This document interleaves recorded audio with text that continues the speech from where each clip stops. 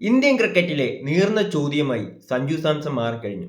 2026 ഫെബ്രുവരി 12 ലോകകപ്പിലെ രണ്ടാം മത്സരത്തിൽ നമീബിയയെ ഇന്ത്യ 93 റൺസിന് തകർത്തുവിട്ടു. പോയിന്റ് പട്ടികയിൽ ഇന്ത്യ തലപ്പത്തെത്തി. പക്ഷേ ഈ വിജയത്തിനിടയിലും മലയാളി ആരാധകരുടെ നെഞ്ചിൽ കനലായി മാറുന്നത് സഞ്ജുവിന് ലഭിച്ച ആ പൊന്നും വിലയുള്ള അവസരമാണ്. അഭിഷേക് ശർമ്മയ്ക്ക് പെട്ടെന്നുണ്ടായ ശാരീരിക അസ്വസ്ഥതകൾ കാരണം അപ്രതീക്ഷിതമായാണ് സഞ്ജു പ്ലെയിങ് 11-ലെത്തിയത്. വാനോളം പ്രതീക്ഷയോടെ ക്രീസിലെത്തിയ സഞ്ജു വെറും 7 പന്തിൽ 22 റൺസ് എടുത്ത് പുറത്തായതാണ് ഇപ്പോൾ വലിയൊരു വിവാദത്തിന് തിരികൊളുത്തിയിരിക്കുന്നത്. മുൻ താരം കൃഷ്ണമചാരി ശ്രീകാന്ത് സഞ്ജുവിനെതിരെ നടത്തിയ പരാമർശങ്ങൾ വെറും ഒരു വിമർശനമല്ല, മറിച്ച് അദ്ദേഹത്തിന്റെ കരിയറിന് നേരെയുള്ള കല്ലേറാണെന്നാണ് ആരാധകർ പറയുന്നത്. തന്റെ യൂട്യൂബ് ചാനലിലൂടെ ശ്രീകാന്ത് ആഞ്ഞടിച്ചത് ഇങ്ങനെയാണ്: സഞ്ജുവിന് എത്ര അവസരം കൊടുത്താലും പച്ച പിടിക്കില്ല. 2 സിക്സർ അടിച്ചാൽ ഉടനെ അടുത്ത പന്തിൽ ഔട്ടാകുമെന്നത് സഞ്ജുവിന് നിർബന്ധമാണ്. ആ സമയത്ത് ഒരു സിംഗിൾ എടുത്ത് സ്ട്രൈക്ക് കൈമാറാനുള്ള വിവേകം പോലും അവനില്ലേ. ഈ വർഷത്തെ അവന്റെ 2020 ശരാശരി 10 താഴെയാണ്. എന്നിട്ടും അവനെ എന്തിന് ടീമിലെടുക്കണം? ശ്രീകാന്തിന്റെ ഈ ചോദ്യം സഞ്ജു ആരാധകരെ പ്രകോപിതരാക്കിയിരിക്കുകയാണ്. ഒരു വശത്ത് ഇഷാൻ കിഷാനും ഹാർദിക് പാണ്ഡ്യയും തകർപ്പൻ ഫോമിൽ കളിക്കുമ്പോൾ സഞ്ജുവിനെ താരതമ്യം ചെയ്ത് അപമാനിക്കാനാണ് ശ്രീകാന്ത് ശ്രമിച്ചത്. ഇഷാൻ കിഷാന്റെ സിക്സറുകൾ ഡൽഹിയിലെ രാഷ്ട്രപതി ഭവനിലേക്കും ഇന്ത്യൻ ഗേറ്റിലേക്കും പറന്നുവെന്ന് പുകഴ്ത്തിയ ശ്രീകാന്ത് സഞ്ജു ഇഷാനെ കണ്ടുപഠിക്കണമെന്നും ആഘോഷിച്ചു.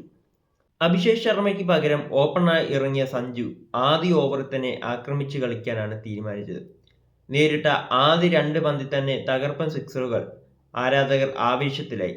ഇന്ന് സഞ്ജുവിന്റെ ദിവസമാണ് എന്ന് കരുതി ഇരിക്കുമ്പോഴാണ് 3-ാം പന്തിൽ അനാവശ്യമായി ഫുൾ ഷോട്ടിന് ശ്രമിച്ച സഞ്ജു ക്യാച്ച് നൽകി പുറത്തായത്. ഈ ഷോട്ട് സെലക്ഷനെയാണ് ശ്രീകാന്ത് തനക്ക് വെളിവില്ലാത്ത കളി എന്ന് വിശേഷിപ്പിച്ചത്.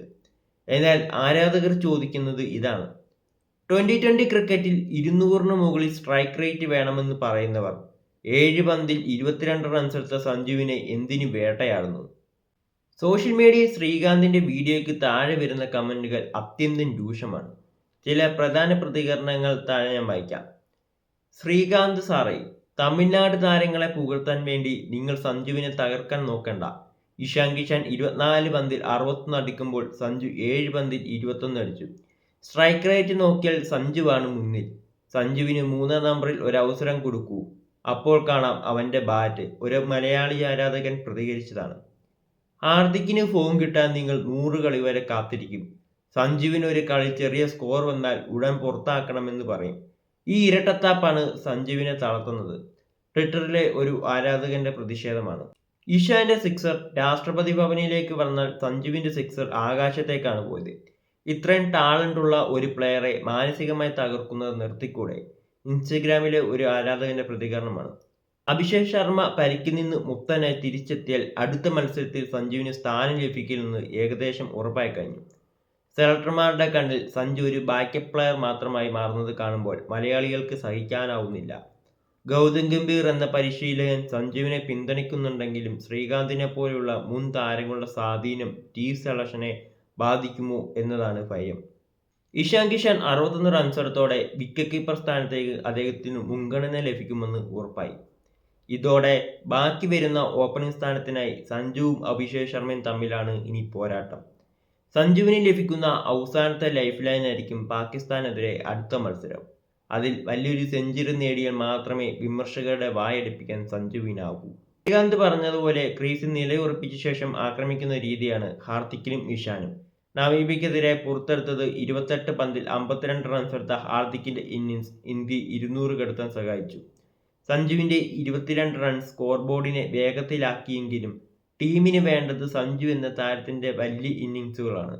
സഞ്ജു സാംസൺ എന്ന ബ്രാൻഡ് ടീം ഇന്ത്യക്ക് ആവശ്യമെങ്കിൽ അദ്ദേഹം തന്റെ അമിത ആവേശം നിയന്ത്രിക്കേണ്ടി വരുമെന്ന് നിഷ്പക്ഷ നിരീക്ഷകർ പോലും അഭിപ്രായപ്പെടുന്നുണ്ട്. കൃഷ്ണമചാരി ശ്രീകാന്തിനെ പോലെയുള്ളവർ സഞ്ജുവിനെ പരസ്യമായി അപമാനിക്കുന്നത് BCCIയുടെ താല്പര്യമാണോ എന്ന് സംശയം നിലനിൽക്കുന്നു. സഞ്ജുവിന് ഇന്ത്യയിലുടനീളം ആരാധകരുണ്ടെങ്കിലും സെലക്ഷൻ കമ്മിറ്റിയിലെ തമിഴ് മുംബൈ ലോബികൾ താരത്തെ ഒതുക്കാൻ ശ്രമിക്കുന്നതായി ആരോപണമുണ്ട്. അഭിഷേക് ശർമ്മയുടെ അസാന്നിധ്യത്തിൽ കിട്ടിയ സുവർണ അവസരം സഞ്ജു പാഴാക്കി എന്ന് ശ്രീകാന്ത് പറയുമ്പോഴും സഞ്ജുവിന്റെ ആ 22 റൺസ് നമീബിയൻ ബൗളർമാരുടെ ആത്മവിശ്വാസം തകർക്കുന്നതായിരുന്നു. വരാനിരിക്കുന്ന നിർണായക മത്സരങ്ങളിൽ സഞ്ജുവിന് നീതി ലഭിക്കുമോ അതോ ശ്രീകാന്ത് പ്രവചിച്ചതുപോലെ സഞ്ജു ലോകകപ്പ് സ്ക്വാഡിൽ വെറും കാഴ്ചക്കാരനായി മാറുമോ? കാത്തിരുന്ന് കാണാം.